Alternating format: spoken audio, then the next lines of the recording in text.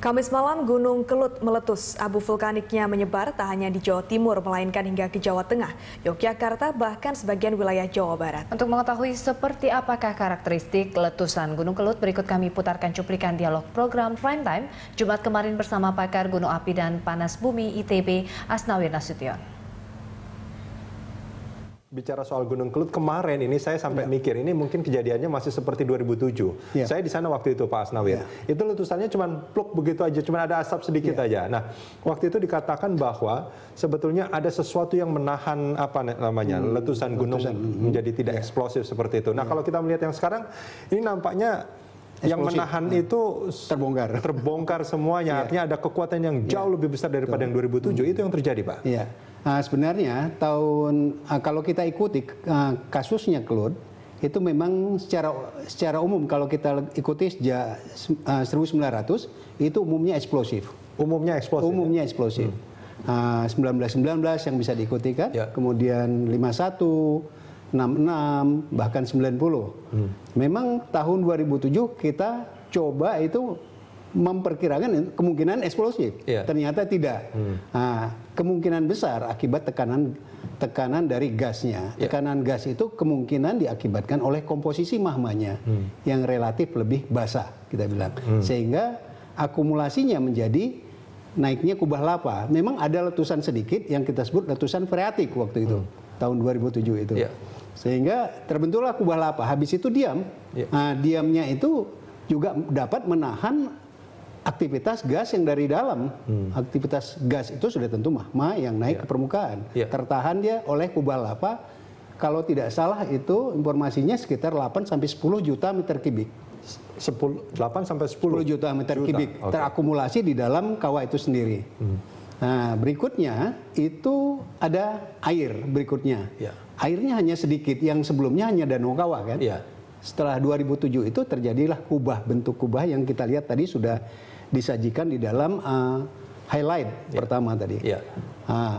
Saat ini memang sebenarnya itu tidak terjadi ujuk-ujuk atau tiba-tiba. Memang sejak 2 minggu yang lalu kita dapat berita bahwa aktivitas seismik di Kelut itu sudah mulai dari waspada meningkat.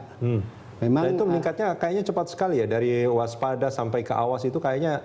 Ya itu memang kita biasanya vulkanologi itu atau pemerintah itu melihat seismisitasnya. Tidak bisa mereka itu langsung menyatakan awas, karena ini berdampak sosialnya sangat tinggi.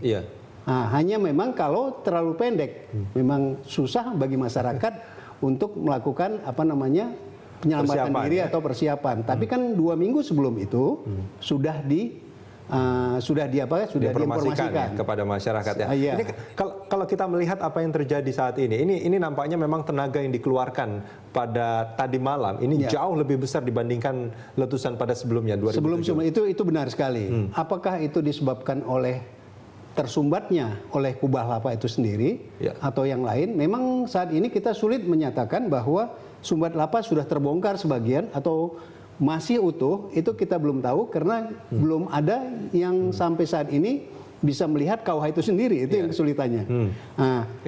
Ini belum terlihat karena memang abu vulkaniknya masih sangat pekat, masih sangat berbahaya seperti itu? Sangat panas. Sangat panas. Panas kan, jadi kita itu kalau air piroklastik yang dekat dengan itu bisa 400 derajat Celcius. 400 derajat Celcius. Yang berada di sekitar gunung itu. Kalau yang sudah agak jauh, sekitar 5-7 km mungkin sudah semakin dingin. Tapi kalau dekat itu, numpuk aja di pos gunung api, mungkin Bapak sudah pernah ke sana, itu lebih dari 5 cm. Lebih dari 5 cm. 5 cm. Makanya sebagian itu katanya pos itu bolong-bolong. Apakah ancaman ini masih akan terjadi? Artinya masih akan ada susulan-susulan, Pak Asnawir? Kalau kita lihat kasusnya Kelut sendiri, memang dia sangat berbeda karakteristiknya dibandingkan gunung-gunung lain. Kayak Sinabung itu kan dia berulang. Lama 4 bulan. Ini kalau kita lihat letusan-letusan sebelumnya 2 minggu maksimum 3 minggu sudah berhenti dia. Itunya itu. Nah, sekarang hanya kita ikuti terus dari seismisitasnya, dari aktivitas kegempaannya.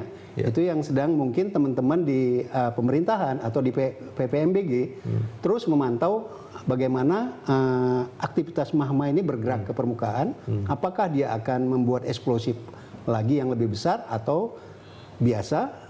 Kalau asumsi-asumsi sebelumnya memang akan sama dengan 90 awalnya, tapi ini jauh lebih besar. Sehingga volume material yang dikeluarkan yang saya dengar tadi lebih besar dari 100 juta meter kubik. Itu yang ini.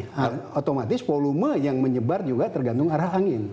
Artinya memang saat ini bagaimana ini masih harus terus dipantau, Pak ya? Harus terus dipantau. Nah, saya kira.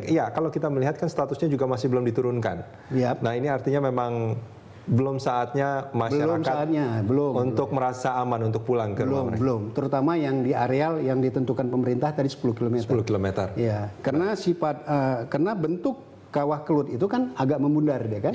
Sehingga dikhawatirkan kalau dia explosion kemudian ada kolaps, yang kolapsnya itu menjadi wedus gembel atau awan panas, yang dikhawatirkan itu yang menyebabkan kampung-kampung terdekat itu akan terlanda. Itu aja yang dikhawatirkan oleh pemerintah atau PPMIG. Baik Pak Asnawir, terima kasih banyak. Terima kasih banyak Pak Rudi. Masih.